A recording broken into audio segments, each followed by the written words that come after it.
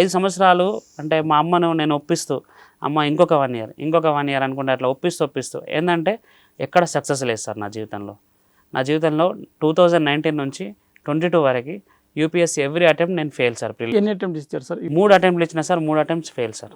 Interview అంటే UPSC ప్రిలిమ్సే qualify కాలేదు. మీరు ఆలోచించండి, నా లోపల ఫెయిల్యూర్, నాలో సక్సెస్ లేదు. అయినప్పటికీ ఎక్కడికి వెళ్ళి నమ్ముతారు వీళ్ళు? నేను చూపెట్టాలి కదా సార్, రిజల్ట్ చూపెట్టలేకపోయినా. నేను కష్టపడ్డా కానీ రాలేదు అది. సో నాకు సీసాట్, నేను బైపీసీ బ్యాక్గ్రౌండ్, సో అందులో 2 ఉంటాయి, జిఎస్ ఉంటుంది, సీసాట్ ఉంటుంది. ఎవ్రీ టైం సీసాట్ నాకు క్లియర్ అయిపోయేది కాదు, జిఎస్ మంచి స్కోర్ వచ్చేది. ఒకసారి అయితే 2 క్లియర్ అయిపోతాయని మెయిన్స్ కూడా స్టార్ట్ చేసిన, తర్వాత రిజల్ట్ అప్పుడు చూసుకుంటే నా పేరు అందులో లేదు. సో ఇలాంటి పరిస్థితి అన్నట్టు. సరే అంటే ఇది ఎలాంటిదంటే 4 ప్లేస్లు ఉండేసరికి ఇంకా టైంలో కోవిడ్ రావడం, మా అత్తమ్మ చనిపోవడం, తర్వాత ఇంకా మా అమ్మ మీద భారం ఎక్కువైపోయింది. సో తను అంటే ఐ మీన్ ఒక స్టేజ్లో తనకు ఏందిరా అసలు ఏం లేదు మీ లోపల, అంటే ఐ మీన్ ఎన్ని రోజులు చేస్తాడు జాబ్, సొసైటల్ ప్రెషర్ మెయిన్గా. సో ఈ ప్రెషర్స్ని తట్టుకోలేక చాలాసార్లు డిప్రెషన్కి వెళ్ళిపోయాను సార్ నేను. అంటే యాంగ్జైటీ, సూయిసైడల్ థాట్స్.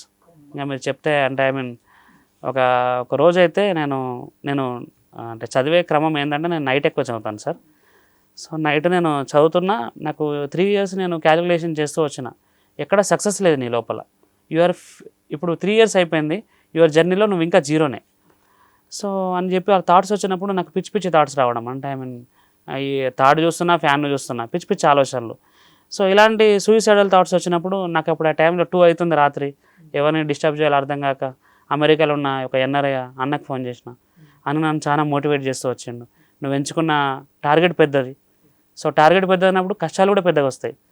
చిన్న టార్గెట్ పెట్టుకో, చిన్న కష్టాలు వస్తాయి. పెద్ద టార్గెట్ పెట్టుకో, పెద్ద కష్టాలు వస్తాయి.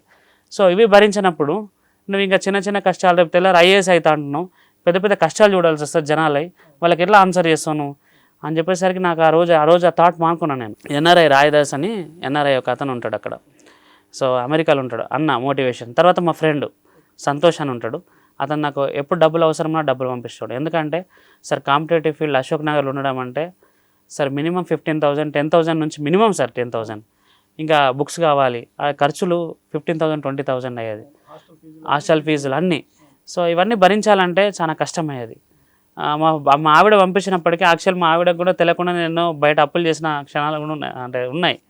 అవి ఇప్పుడు అన్నీ తీరుస్తూ వస్తున్నాయి ఇప్పుడు మెల్లమెల్లగా.